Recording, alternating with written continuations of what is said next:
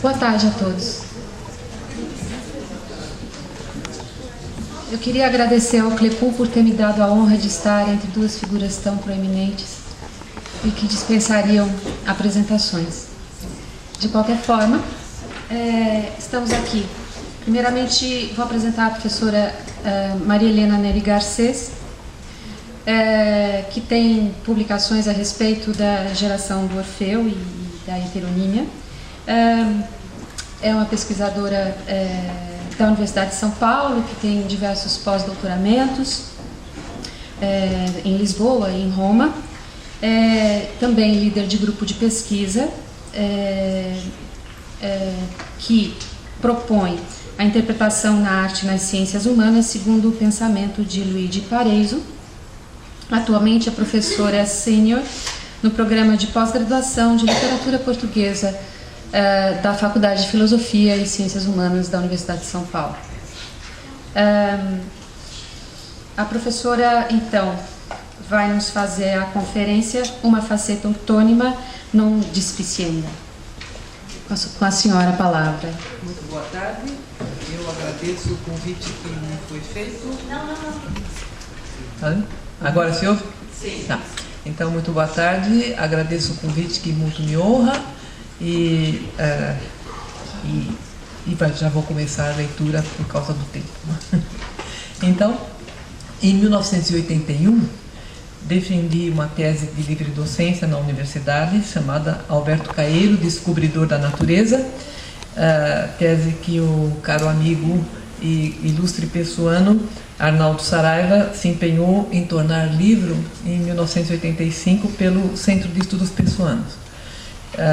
Neste livro, refleti sobre a figura do heterônimo Alberto Caeiro como aquele que estava incumbido da nova revelação, era o mestre dos demais heterônimos e cuja missão seria de promover a renascença do paganismo.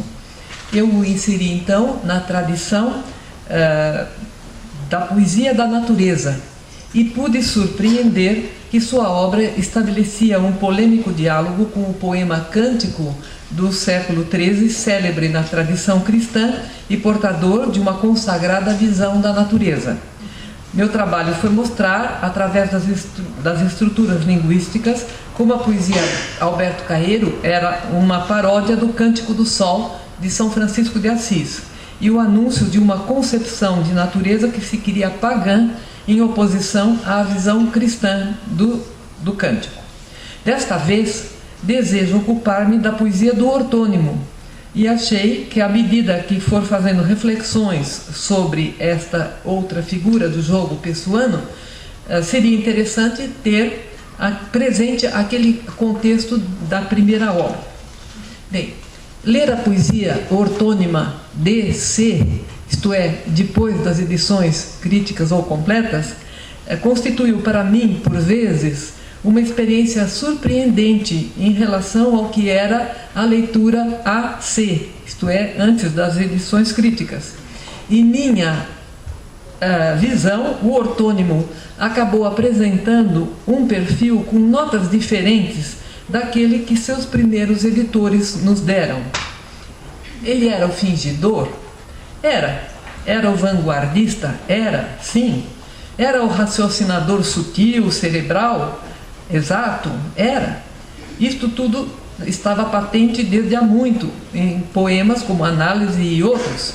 Mas o que ficou mais claramente revelado no ortônimo das edições críticas foi que, mesmo tendo escrito o poema Isto, em abril de 1933, ele escreveu outros não tão rigorosamente despersonalizados. Como dizer, por exemplo, que o eu do poema Un soir à Lima, de 1935, escreve livre do seu enleio, não usa o coração, ou que nele o sentir é só para quem lê?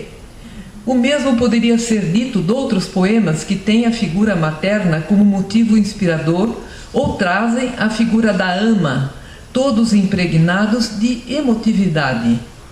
Outra faceta ortônima que praticamente não se conhecia nos poemas anteriores, as edições críticas, ou só escassamente, dizia respeito ao cristianismo. Conhecíamos poemas esotéricos, mas em relação a Cristo, a Virgem Maria, a espiritualidade cristã, isto constituiu tal surpresa que eu me decidi a fazer este texto. E eu principio pelo poema cujo incipit é Senhor, meu passo está no limiar, de 1915, no qual o ortônimo dirige uma prece a um destinatário que nomeia como Senhor, grafado com maiúscula. Pelo seu teor, este Senhor pode ser identificado como o Deus cristão. O poema guarda analogia formal com Ascensão, que é de 1913, revelado como inédito na edição Poesia, primeiro volume, 1902-1917, editado pela Manuela Parreira, Ana Maria Freitas e Madalena Dini. Então, os dois têm uma analogia, uma semelhança formal que eu não vou especificar para não estender demais. Neste, o ortônimo revela uma consciência profunda da importância de sua obra poética num plano que transcende a esfera imanente, ao mesmo tempo em que formula um complexo pedido de humildade. Eis as primeiras estrofes. Senhor, meu passo está no limiar da tua porta. Faze-me humilde ante o que eu vou legar. Meu mero ser, que importa? Sombra de ti aos meus pés tens, desenho de ti em mim, faze que eu seja o claro e humilde engenho que revela o teu fim. Depois, ou morte ou sombra, o que aconteça que fique, aqui, esta obra que é tua e em mim começa e acaba em ti. Sinto que leva ao mar teu rio fundo, verdade e lei. O resto só sou eu e o ermo mundo é o que revelarei. O eu do poema sabe que o seu legado será grandioso, que ele pode ser presa fácil da autocomplacência, daí a humildade pedida como dom. Sabe que sua virtude não será suficiente para criá-la em si. Qualifica seu ser de mero. A segunda estrofe enfatiza platonicamente que o eu é sombra de um ti com maiúscula, a cujos pés se encontra, mas que é um desenho de ti em mim, e irrompe novo pedido, que o eu ponha seu engenho a serviço do Ser Supremo, para fazer a revelação de um fim com maiúscula também. Aceita e mesmo pede para ser o mero instrumento desse plano que o transcende, mas que o inclui.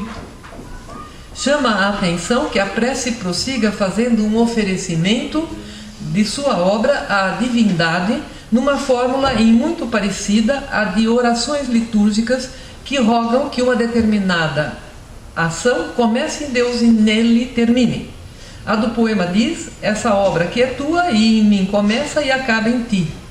A obra começa no eu, não em Deus, mas como eu de antemão dissera que a obra não era dele, mas do Senhor, dá na mesma.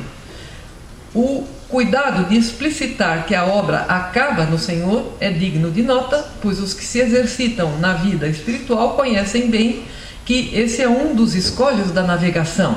Pode-se começar uma obra em Deus, mas ao longo do caminho, consciente ou inconscientemente, ir se desviando e afastando do fim proposto. O ortônimo demonstra-se conhecedor desse meandro da vida interior. Enquanto na quarta estrofe, para a obra que produz, utiliza a metáfora teu rio, qualificado de fundo, àqueles aos quais a obra se destina, o público, o eu poético utiliza a metáfora do mar, que é para onde o rio fundo leva verdade e lei. Na Bíblia, o simbolismo do mar é ambivalente. O Gênesis conta que os mares criados por Deus são bons. Ele povoou o mar de rica fauna, não só de peixes normais, mas também de grandes cetáceos e seres colossais, apresentados por vezes como símbolos das forças do mal. A obra do ortônimo, começando e terminando na divindade, leva verdade e lei com maiúsculas ao mar, esse imenso e instável espaço mesclado de bem e mal, para lá cumprir uma missão divina. Nas estrofes finais do poema, o eu fala da névoa que sobe do alto da montanha e ergue-se à tua luz como especifica o verso seguinte, em que tua é grafado com maiúscula e fala-nos do seu desejo: eu quero ser a névoa que se ergue para te ver. Tanto no Antigo quanto no Novo Testamento, as grandes teofanias eram precedidas e ou acompanhadas de névoas ou de nuvens, às vezes luminosas, às vezes brancas, significando a presença de Deus e seu mistério. Os dois versos finais da última estrofe dizem: a humanidade sofredora é cega, o resto é apenas ser. Citei os versos conclusivos do poema por considerá-los importantes para o entendimento que vínhamos tratando. Se o mar é a humanidade sofredora e o eu a considera cega, sua obra enquanto água de rio fundo leva a água da verdade e da lei para limpá-la, purificá-la e iluminá-la. Recordemos serem numerosas as passagens do Antigo Testamento que falam das águas puras dos rios que revitalizam as securas ao longo das andanças do povo de Israel e são célebres o Eufrates, o Jordão, etc., né? E outras. Fica implícito que o eu do poema não está incluído na humanidade cega. Se sua obra leva verdade e lei, é que o eu as conhece e se considera em condições de almejar erguer-se para ver o seu Senhor. Imediatamente a seguir a um poema como este, chama a atenção o de dezembro de 1915, escrito nem um mês após o que acabamos de analisar, intitulado O Barco Abandonado. Neste, deparamos com um ortônimo em que tudo é incerteza, dúvidas, interrogações. E cito: de que serve a vida? Para que a dor? Vamos indo, sem se definir. Lá iremos ter, lá, parte nenhuma, vida que viver. Sussurro de espuma, até chegarmos à 11ª e 2ª estrofes, em que tudo é como é, sem que seja nada. Quem me dera fé e o sol sobre a estrada. O rio não tem ponte, a alma não tem cor, o sol que desponte, mas nunca o amor. É como se o ortônimo sentisse a necessidade de fazer a palinódia do poema escrito 27 dias antes. Não vão os que me leem pensar que acredito no que escrevi no anterior. Passemos ao mencionado poema Ascensão de 1913, que ficou inédito até a edição de 2006. Cristã pura e simplesmente, ou cristã gnóstica, se assim se quiser, essa outra faceta completa e enriquece nosso conhecimento do gênio Pessoa. Penso tratar-se de poema que revela um conhecimento de experiências de não principiantes na vida de oração mental cristã.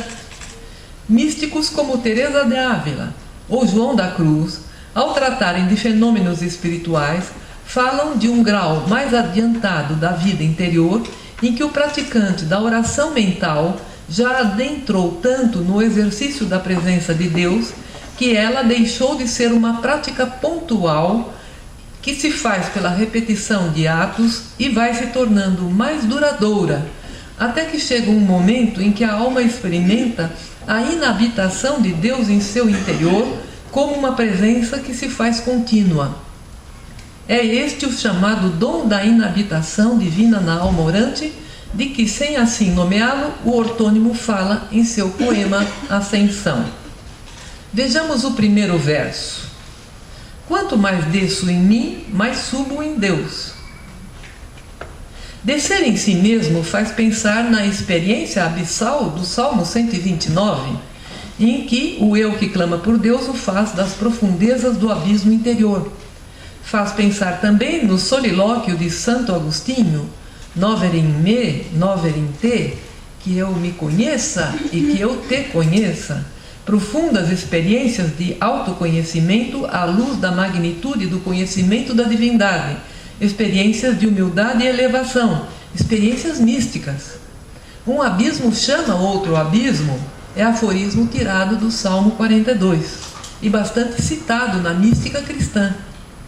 O prosseguimento do poema confidencia sua trajetória, cito: sentei-me ao lar da vida e achei-o frio, mas pus tão alta a fé nos sonhos meus, que ardente rio do puro compreender, e alto amor da chama espiritual e interior deu nova luz ao meu alheio olhar e às minhas faces cor.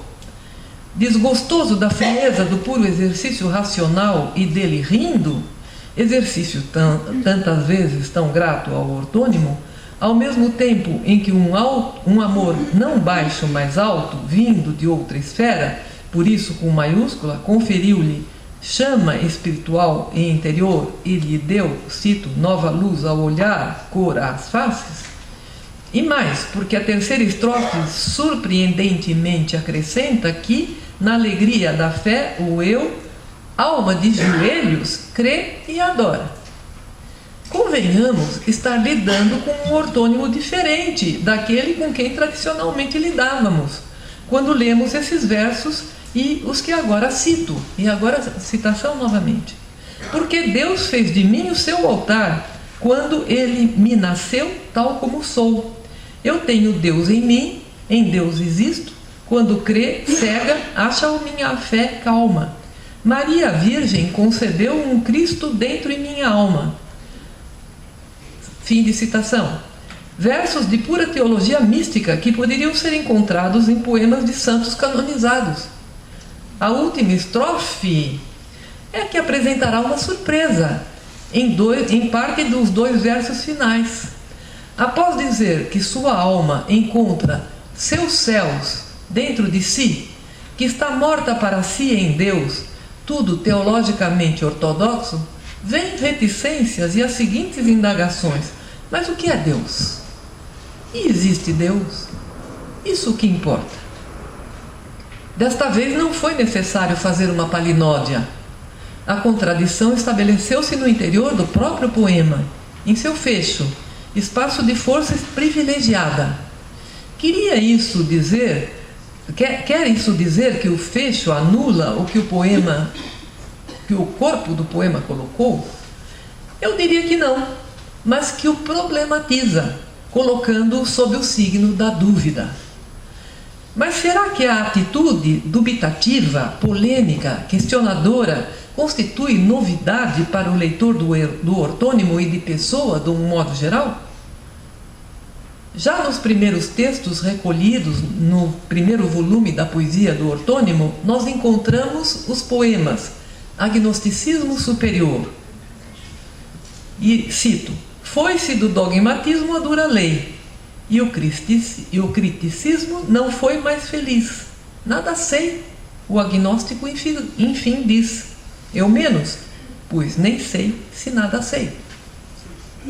E o poema Lirismos, que é de 1908. Não achei dita na crença, na desgraça não na achei.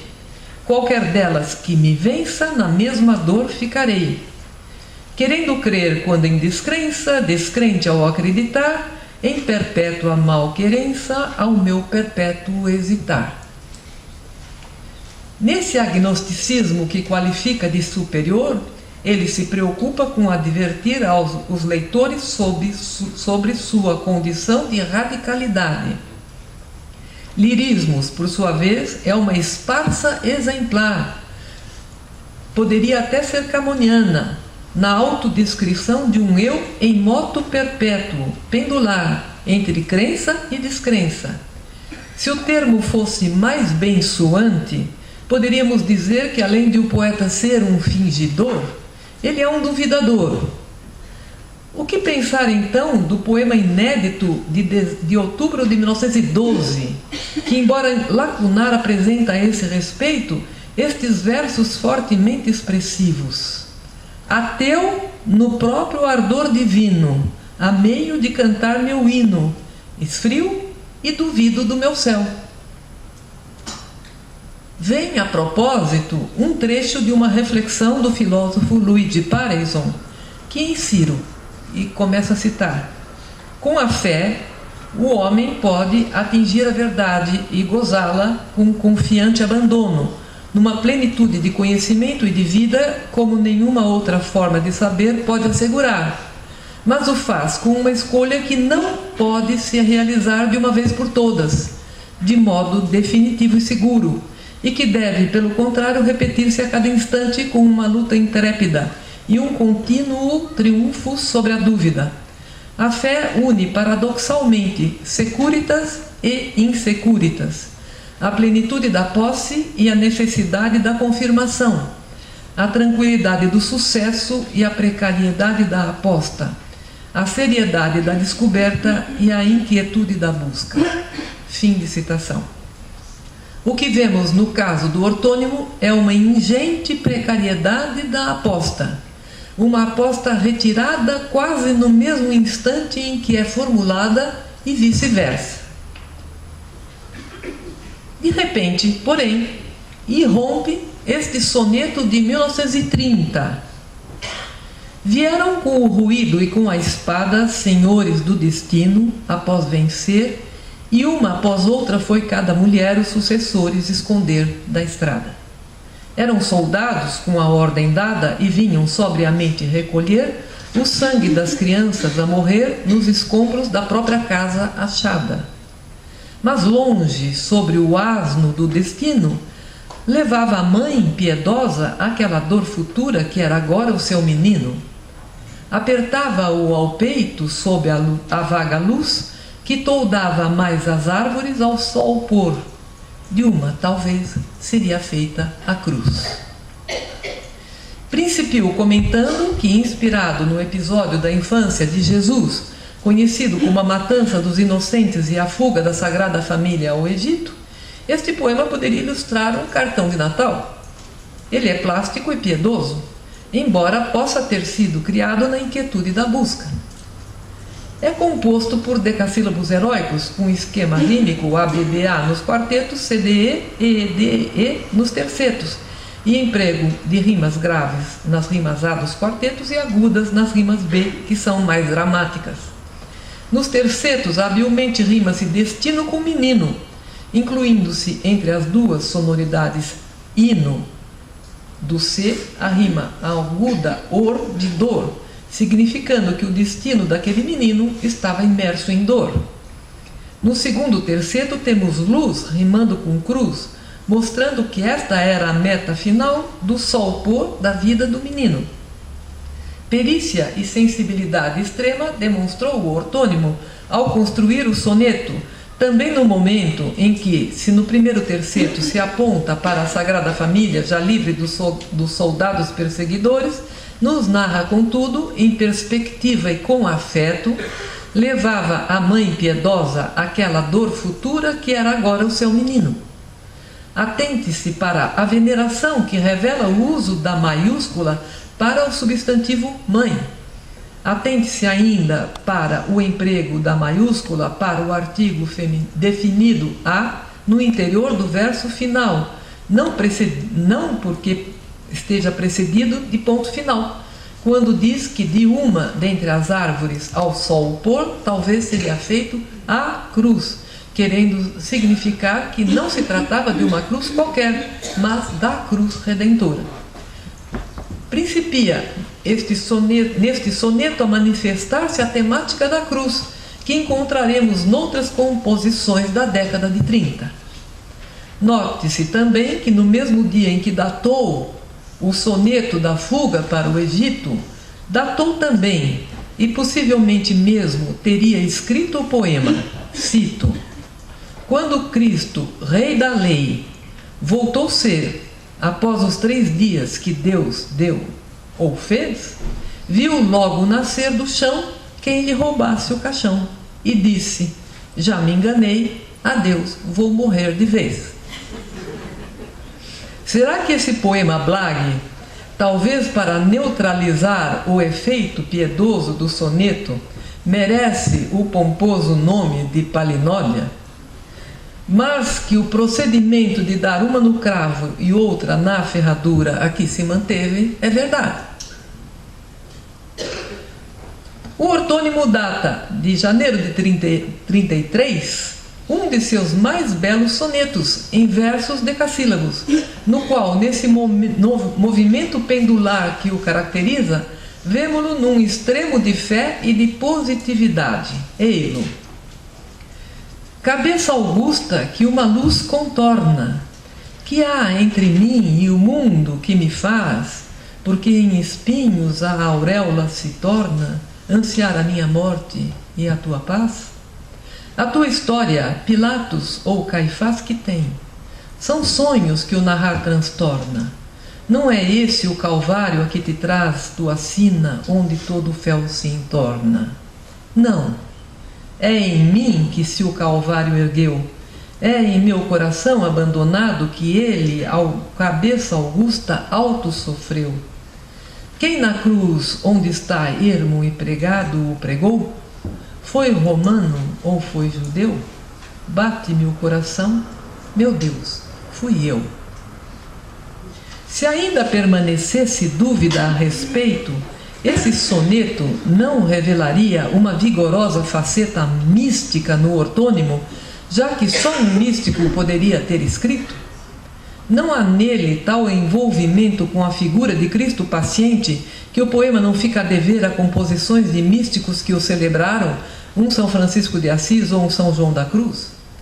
O eu defronta-se real ou mentalmente com uma imagem de Cristo, somente a cabeça ou um crucifixo, e ato contínuo com ele principia emocionado diálogo a quem trata com intimidade, tuteando-o.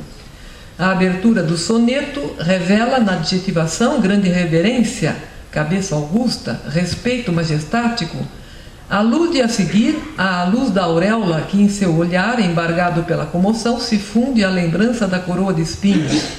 A visão dessa cabeça augusta causa-lhe impacto tão grande que, ao vê-la, ele anseia a morte para si e a paz para Cristo. Prosseguindo seu diálogo, que é também oração, ele lhe pergunta, usando da indagação retórica no segundo quarteto, se seus algozes foram exatamente Pilatos ou Caifás, se seu Calvário foi precisamente aquele espaço da Palestina onde se passou a crucifixão, para responder com o monossílabo peremptório com que inicia o primeiro terceto, não, ponto final. Com clareza contundente prossegue, é em mim que se o Calvário ergueu. Ao afirmar que o espaço de seu coração abandonado foi o lugar em que ele, cabeça augusta, alto sofreu, assume que seu coração foi o locus horrendus dessa alta tortura e execução. Daí o terceto conclusivo a ostensivamente declarar que não se trata de saber se quem o pregou na cruz foi romano ou judeu, pois quem o pregou ele o assume em primeira pessoa, fui eu. Salientemos que o soneto se fecha com o pronome eu com toda a intensidade da rima aguda.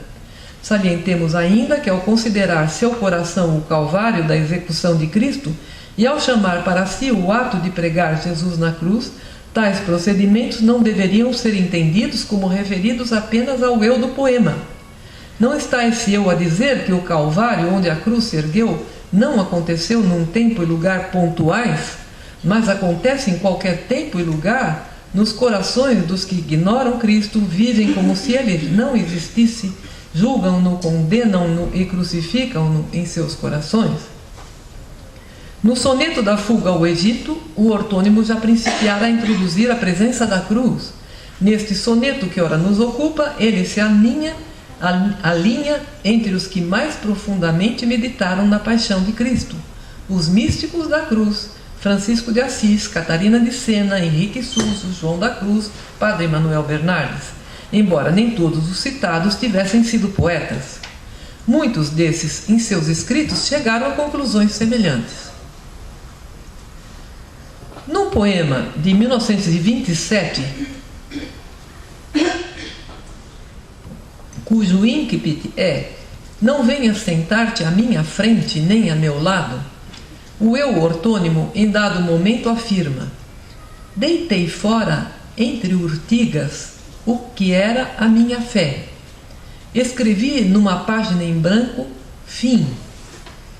Tal declaração ocorre na terceira estrofe, mas na sexta ela ganha em contundência. "Pus o meu Deus no prego, embrulhei em papel pardo as esperanças e as ambições que tive, e hoje sou apenas um suicídio tardo, um desejo de dormir que ainda vive. Trata-se de um poema desabusado que mais parece Álvaro de Campos do que ortônimo. Ele faz lembrar outro de março de 1934 que transcrevo. Eu que vendia a alma a meio diabo, e a quem no carnaval do sem remédio a sorte pôs furtivamente o rabo multicolor e mole do meu tédio, eu que não sou ninguém de tanto ser, e a cuja face a dúvida arrojou farinha, a fé que tive que perder, água, o desgosto de ficar quem sou, eu assim mesmo ainda sem mudança, e lançado no abismo de aqui estar, lembro os meus amplos tempos de criança, e como era rápida a esperança. Deixem-me ouvir o coração parar. Desabusados, dissemos que eram os versos de 1927. Neles, o eu lamentava de forma amarga o abandono da fé, a perda das esperanças e das ambições. Tudo parecia estar acabado. Desabusado é também o início do poema de 1934. Este construído com uma tripla declaração que o eu faz a respeito de si, principiando cada estrofe com este mesmo pronome, vai além. É verdade que o eu declara que vendeu a alma, mas foi a meio diabo, o que poderia não ser tão grave como se fosse ao diabo inteiro. É verdade que sua vida se tornou um irremediável carnaval com maiúscula, no qual a sorte também com maiúscula conseguiu introduzir o rabo multicolor e mole. Não está escondida nesse rabo a imagem do meio diabo? De seu tédio. Essa autoconfissão feita nos 4 decassílabos da primeira estrofe prossegue nos outros 4 decassílabos da segunda, em que o eu se acusa de não ser mais ninguém, de tanto se despersonalizar e outrar, de ter uma face sobre a qual a dúvida, atenção, arrojou farinha, a fé que tive que perder, a água, o desgosto de ficar quem sou. Farinha e água, matérias básicas para fazer a máscara do carnaval de que fala a primeira estrofe. E qual o agente da fabricação da máscara de que resultou o desgosto de ficar quem sou? A nossa já conhecida dúvida. A terceira estrofe de decassílabos, também principiada por eu, vem, contudo, introduzir outra perspectiva nesse estado de coisas. Eu, assim mesmo, ainda sem mudança. E não é por acaso que remete aos tempos de criança. Formalmente, o poema rompe com o esquema de quartetos de decassílabos e se constrói em quintilha. Há algo novo. Lembrar os amplos tempos de criança é desejar sair do esquema em que tinha entrado e querer ainda ser capaz de mudança. Contudo, a perspectiva que se lhe acenava para sair desse carnaval afigura-se sem remédio, ao ver-se lançado no abismo de aqui estar, e não lhe ser mais possível alçar-se. Amargamente a mudança que sabe é apenas a de ouvir o coração parar. Se dissemos doutro poema que nele havia palinódia, ouso dizer que neste, de algum modo, também existe uma palinódia, mas uma palinódia de sua poética, da despersonalização e do seu outrar-se. O ortônimo chega a reconhecer que é ninguém de tanto ser e que se ressente do desgosto de ficar quem sou, a ponto de desejar seu fim por não achar mais caminho de volta a outros tempos mais amplos e nos quais a esperança estava a amor. Façamos agora um recuo no tempo e lembremos o poema de versos livres. Entre as tuas joias há um anel antigo, que é de 1917. Nele, a propósito desse anel, com uma gema dos gnósticos talismã, o ortônimo, na segunda estrofe, faz uma confidência que diz respeito não estritamente ao eu poético, mas que, estando em primeira pessoa do plural, assume um aspecto coletivo, como se estivesse fazendo um diagnóstico geracional. Eila, nós dissemos a fé da nossa infância, vai-te. Esquecemos o que aprendemos com os beijos de mãe. Hoje não somos felizes nem grandes e vem sobre nós um tédio. Porta-voz dessa geração ou grupo, ele é claro e em seu presente o balanço a que chega sobre esse processo não é positivo sob nenhum ponto de vista. A conclusão é que nenhum deles chegará a porto algum. A indagação que então levanta é: quem nos virá dizer as palavras que Cristo deixou secretas no fundo divino do seu coração? Sofrer toda a nossa vida, dia a dia, é isto. Quem nos consolará, sendo Ele a consolação? Retornemos aos anos 30 e prossigamos as reflexões a partir do surpreendente poema.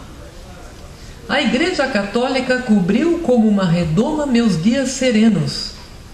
Chamo-lhe agora com razões a Igreja de Roma. Sei mais ou sou menos? Cabalas, gnoses, mistérios, maçonarias, tudo tive na mão, na busca ansiosa que enche minhas noites e dias, mas nunca o meu coração. De que é que me deserdou a verdade? A maçã diabólica comia, e sou outro, mas quanto? Oh, a saudade da Igreja Católica! Qualquer coisa de mim quebrou-se como uma mó que caísse mal.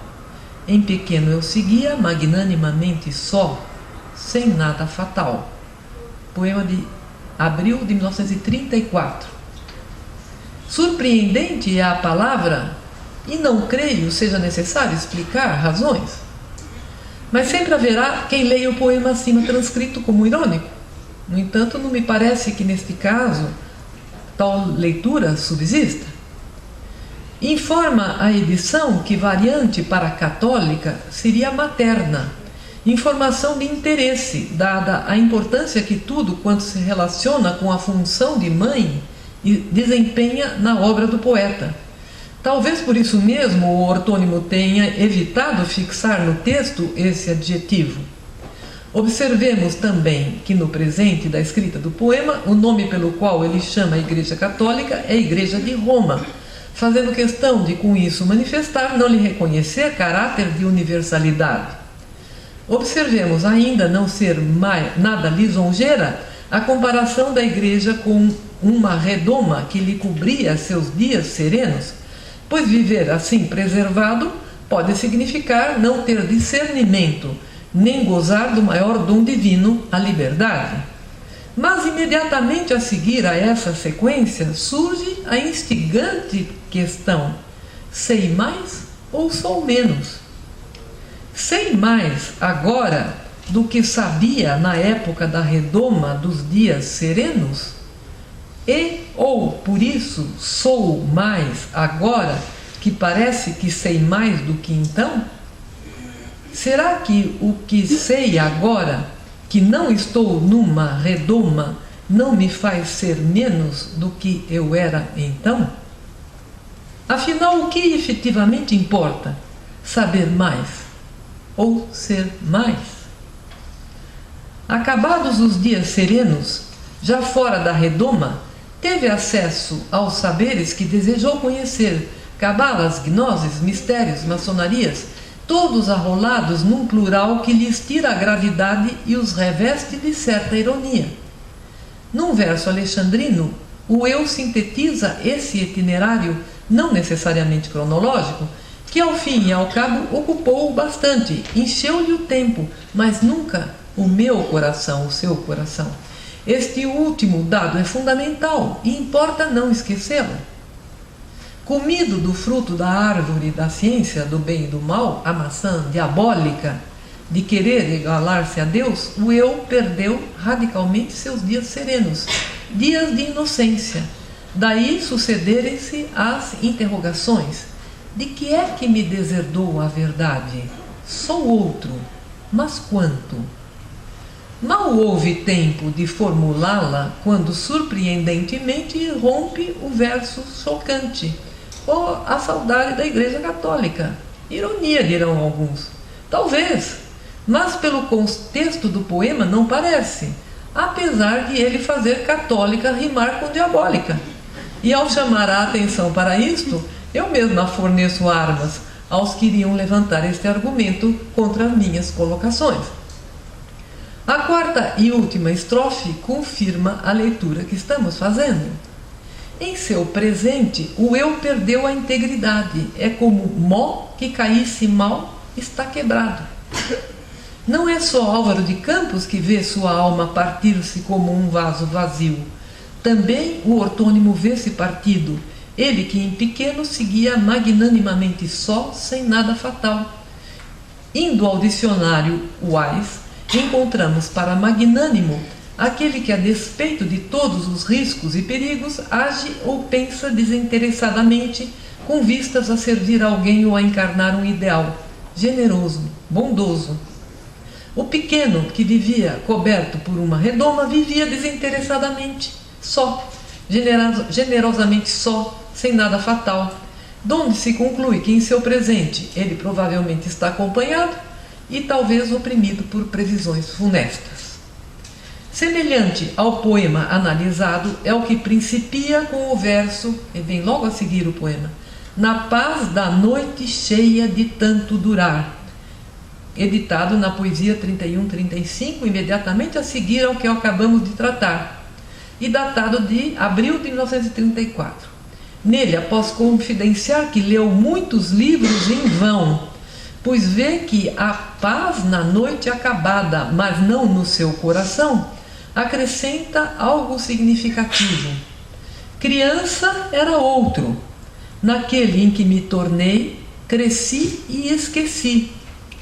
Tenho de meu agora um silêncio, uma lei.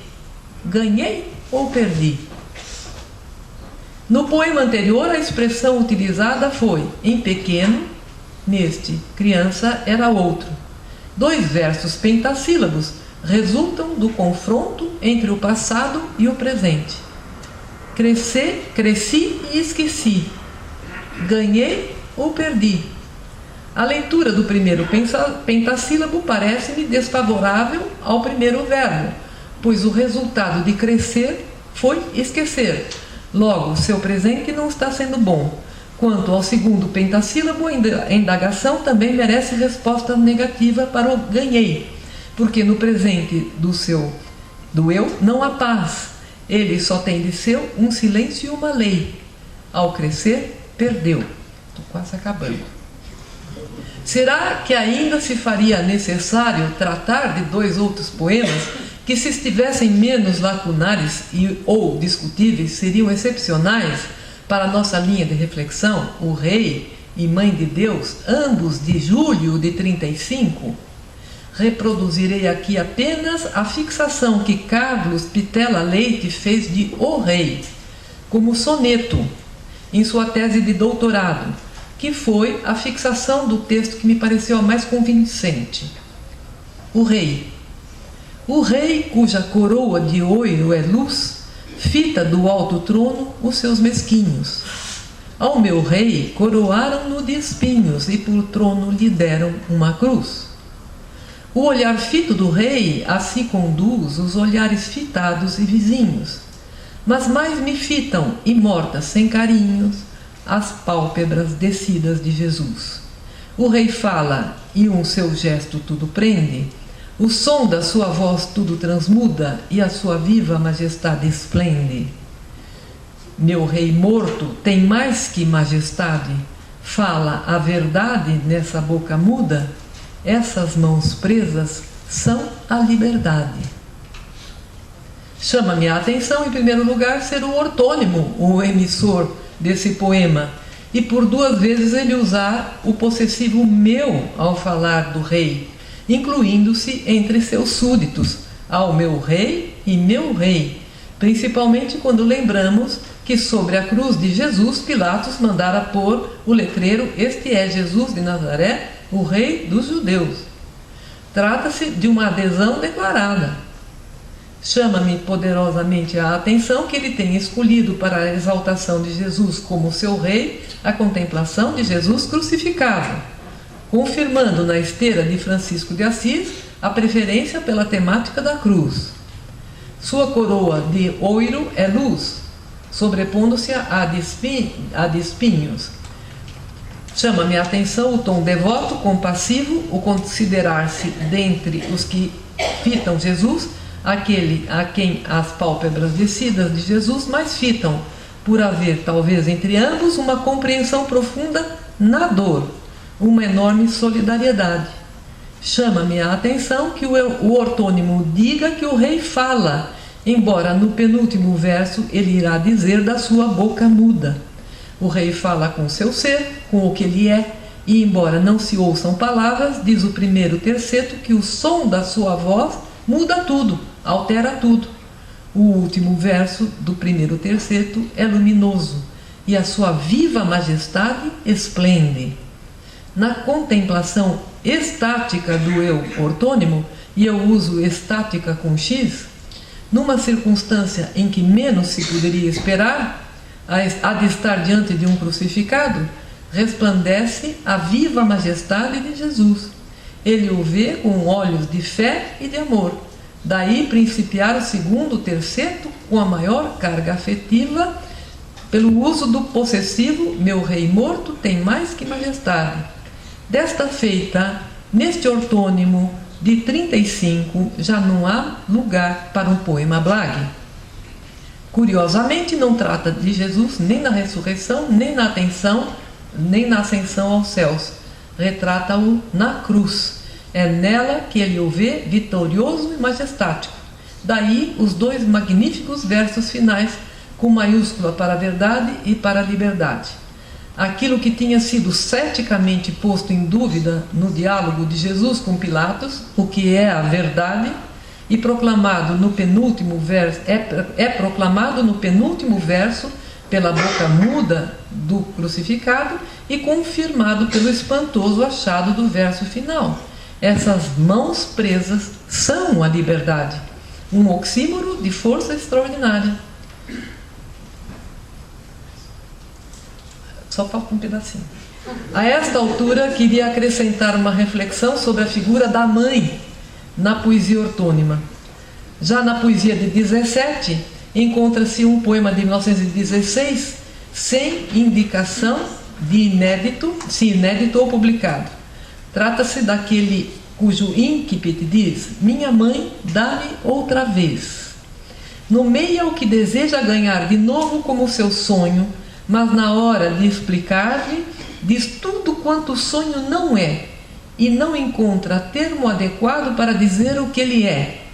Usa da ontologia negativa porque o que ele deseja é de uma ordem outra, inefável, uma espécie de paraíso experimentado na infância, no amor de mãe, no aconchego familiar, tal como mais tarde exprimirá magnificamente no poema nuclear Un soir animat. Mencionemos, eu vou pular um pedacinho. Mencionemos ainda os poemas Virgem Maria e Mater Desiderata. Concluindo, penso que com as revelações trazidas pelas publicações das poesias completas do ortônimo, é preciso rever posições. No tabuleiro pessoano há o jogo heteronímico e há também a figura do ortônimo. Não me parece que a visão dos heterônimos tenha mudado tanto quanto a do ortônimo. Para que o jogo pessoano decorra fidedignamente, é preciso que cada peça esteja bem definida e seu ethos, como diria minha orientanda, a doutora Mariela Augusta Pereira em sua tese, esteja bem configurado, mesmo se ele for complexo e ou contraditório. Dantes, em relação ao ortônimo, fazia-se muito fincapé no distanciamento, no vanguardismo, no sentir com a imaginação, não com o coração, no esoterismo, e de fato nele tudo isso existe. O mito daquele cerebraldo distanciado que sentia só com a imaginação e não usava o coração, do novelo embrulhado para dentro, mostrou-nos, porém, em poemas, depois dessa edição crítica, que muitas vezes ele também usa o coração, e usa muito, que há graus nesse distanciamento, e o mito está se ajustando mais à realidade. O esoterismo existe, mas não só. Na poesia ortônima lida cronologicamente, vamos assistindo a uma progressiva aproximação da figura de Cristo até a essa adesão estática com X, manifestada no soneto O Rei. Tá bom. Também fica clara uma forte ligação entre a fé e a educação recebida no ambiente familiar, mais concretamente sobre a influência materna.